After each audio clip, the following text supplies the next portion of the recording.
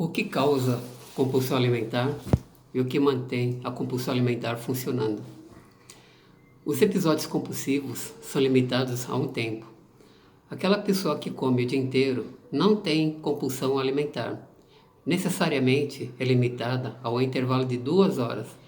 Outra coisa, você não tem a habilidade de controlar. Você sente uma impressão de falta de controle que pode ser real ou que pode ser uma sensação. Uma sensação que você não consegue parar, mesmo que você quisesse deixar de comer naquele momento. Então, durante 2 horas, você come uma quantidade de comida muito maior do que uma pessoa consegue comer naquele tempo, naquela circunstância. E você tem uma sensação de falta de controle.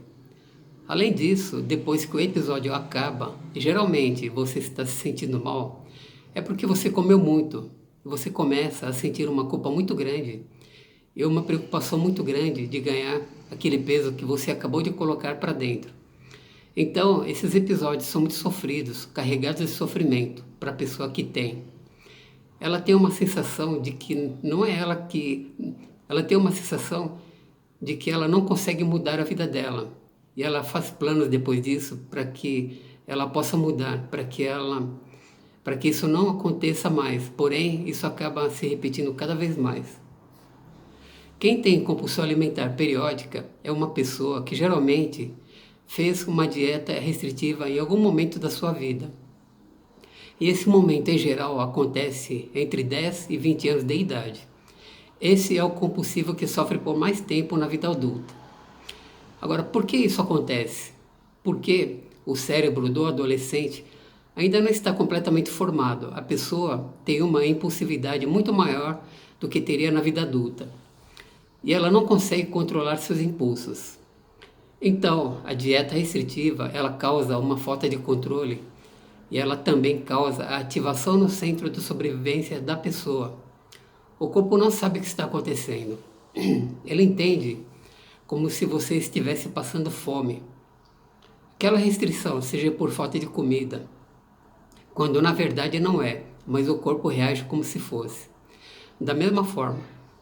E além disso, a compulsão alimentar começa geralmente por conta de uma dieta restritiva. Existem pessoas que têm compulsão alimentar e que não fizeram dieta restritiva antes, mas são pessoas que já têm uma genética de serem mais impulsivas.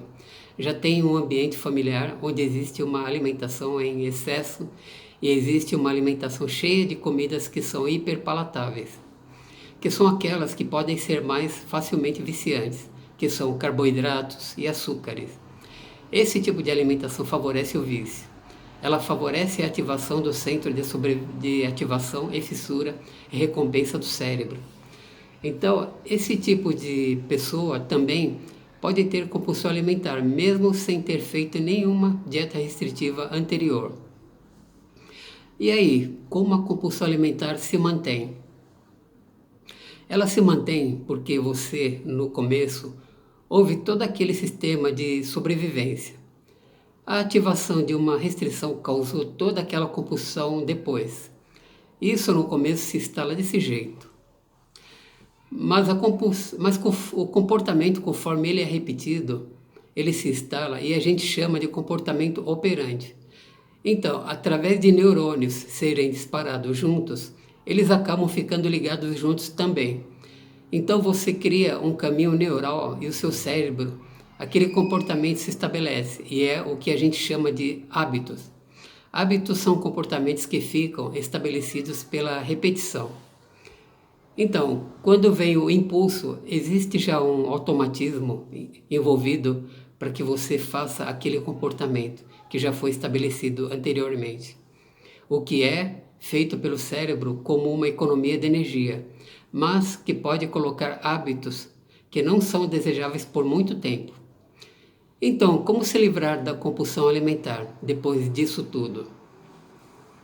A gente tem muitas estratégias que a gente usa em terapia para que a gente crie primeiro. A gente faz um tratamento para que a pessoa consiga parar o vício de comida, tanto o excesso quanto a qualidade da comida. Então existe um tratamento com hipnose. onde a gente trabalha aquele vício, principalmente em carboidrato e açúcar, que é muito comum em quem tem compulsão alimentar.